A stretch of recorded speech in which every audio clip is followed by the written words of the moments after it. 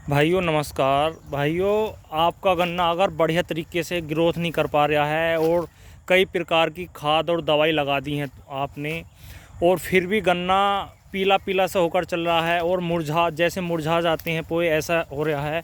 और साइडों की पत्ती भी पीली पड़ रही है, जैसे ये देखिए, आप ये देखिए, थोड़ा गन्ना स्ट्रेस में है।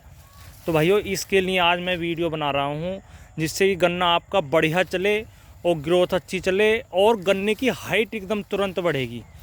ये भाइयों, गन्ने का अगर पत्ता चौड़ा होकर चलेगा ना, तो भाइयों गन्ने की ग्रोथ भी अच्छी होगी। और गन्ने का रंग अगर फीका फीका रहेगा, पीला पीला सा, तो भाइयों ग्रोथ भी नहीं होने की और ना ही पत्ता चौड़ा होने का।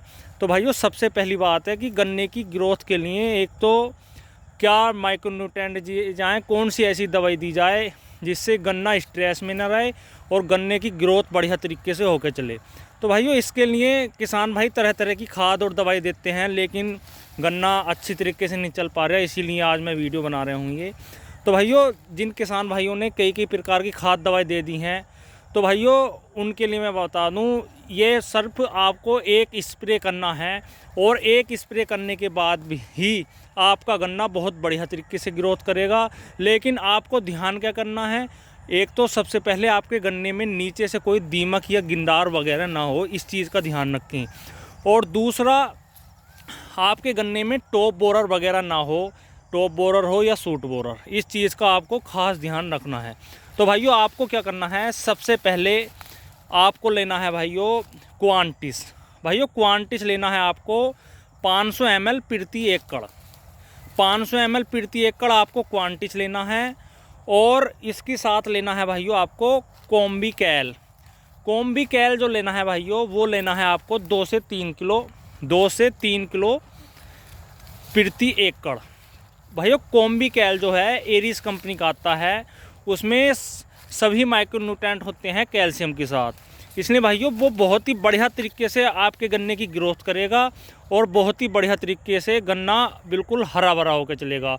और क्वांटिस जो है भाइयों, उसमें भी कई प्रकार के माइक्रोन्यूट्रेंट होते हैं और अमीनो एसिड होता है, जो भाइयों आपके गन्ने के जो थोड़ा सा तनाव से में है उसे ख़त्म करेगा और हाइट बहुत अच्छी तरीके से लेगा।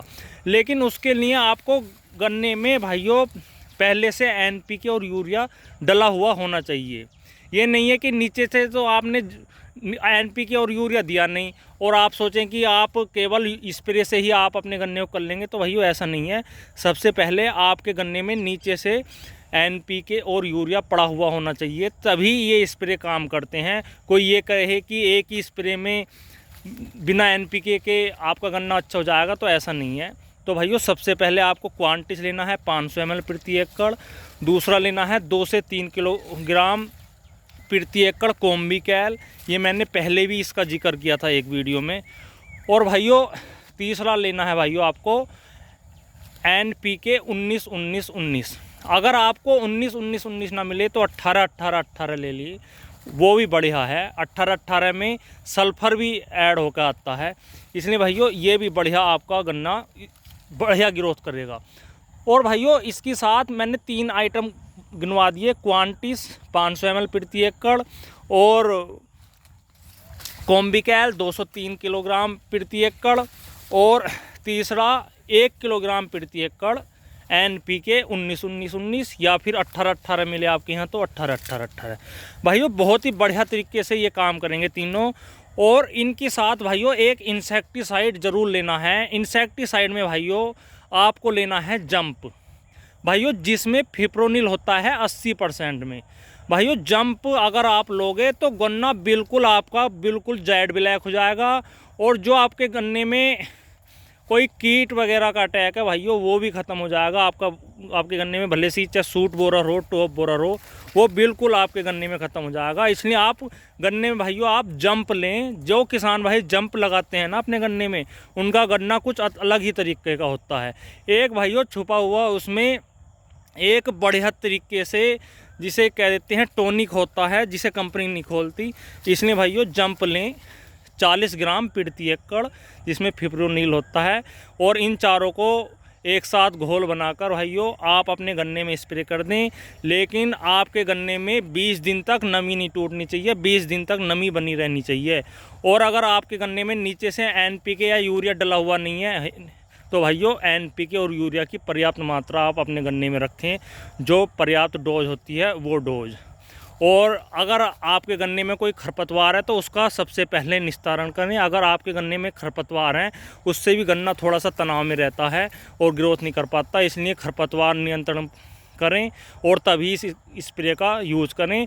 आपका गन्ना भाइयों बहुत ही बढ़िया तरीके से चलेगा इस स्प्रे से।